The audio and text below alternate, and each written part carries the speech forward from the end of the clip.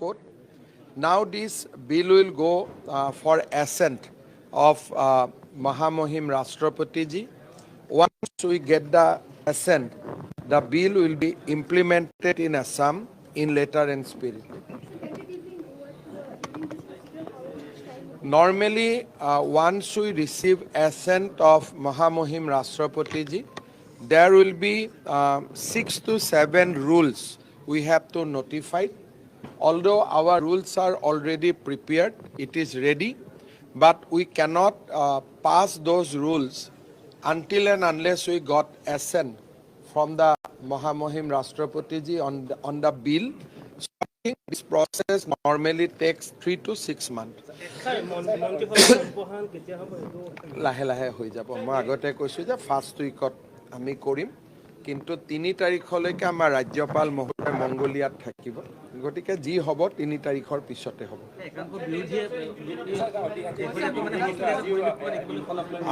সব আমাৰ অসমত যি বিৰোধী দল তেওঁলোক এটা বিশেষ ধৰ্মীয় সম্প্ৰদায়ৰ পৰা অহা বিৰোধী দল গতিকে তেওঁলোকৰ বিৰোধী মই বিশেষ বেছি তাৰ কাৰণে চিন্তিত বা বিশেষ মই গুৰুত্ব কাৰণে দিয়া নাই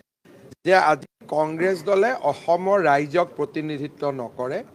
এটা বিশেষ ধৰ্মক প্ৰতিনিধিত্ব কৰে তেওঁলোকৰ এজন বিধায়কক বাদ দি আটাইকেইজন বিধায়কে নিজৰ ধৰ্মৰ কথা ইয়াতে কয় ইয়াত নিজৰ জাতি বা প্ৰদেশৰ কথা কোৱাৰ তেওঁলোকৰ ইচ্ছাও নাই আন্তৰিকতাও নাই গতিকে তেওঁলোকৰ বিৰোধিতাৰ কাৰণে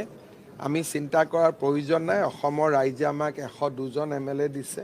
গতিকে ৰাইজক দিয়া প্ৰতিশ্ৰুতিখিনি বিনম্ৰতাৰে সৈতে পালন কৰাই আমাৰ দায়িত্ব আৰু কৰ্তব্য আৰু সেই দায়িত্ব আৰু কৰ্তব্য আমি নিৰ্বাহন কৰি থাকিম বিৰোধী দলপতি মই আগতে কৈছো যে 19 জন বিৰোধী সদস্য আছে এটা বিশেষ ধৰ্মীয় পন্থাৰ পৰা তেওঁলোক আহিছে তেওঁলোকৰ মাজত কি হৈ আছে কি হৈ থকা নাই সেই বিষয়ে মই বহুত বেছি খবৰ ৰখা নাই মই নাজানো মই শুনাও নাই আৰু তেনেকুৱা কোনো কথাও মই দেখা নাই আৰু ইউসিসি খন আপোনালোকে নিজেও পঢ়ি ল'ব পাৰিব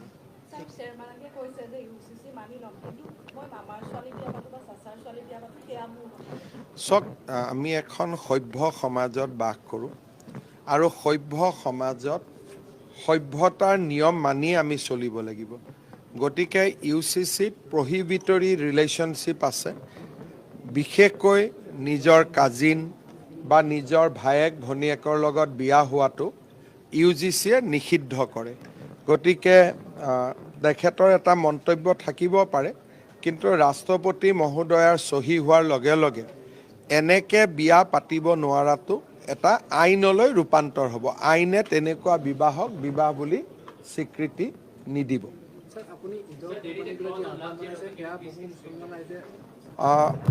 এই বছৰ বহু ইছলাম ধৰ্মী লোকে ঈদত গৰুৰ কুৰবানী নকৰাৰ সিদ্ধান্ত লৈছে আমি তাক আদৰণি জনাইছো তাৰ লগে লগে যিসকলে কুৰবানী কৰিম বুলি ভাবিছে তেওঁলোককো মই বিনম্ৰতাৰে সৈতে কম যে হিন্দু নাগৰিক থকা অঞ্চলত আপোনালোকে কুৰবানী কৰিবলৈ চেষ্টা নকৰিব আইনে কঠোৰ ব্যৱস্থা ল'ব এটা কিন্তু ছাগলী দাম বাঢ়ি গৈছে ভাল কথা ছাগলী মানে এটা দিনৰ কাৰণে যদি ছাগলী খেতিয়কসকলে 2 টকা পায় তাত বেয়া পাবলগীয়া একো নাই থ্যাংক ইউ স্যার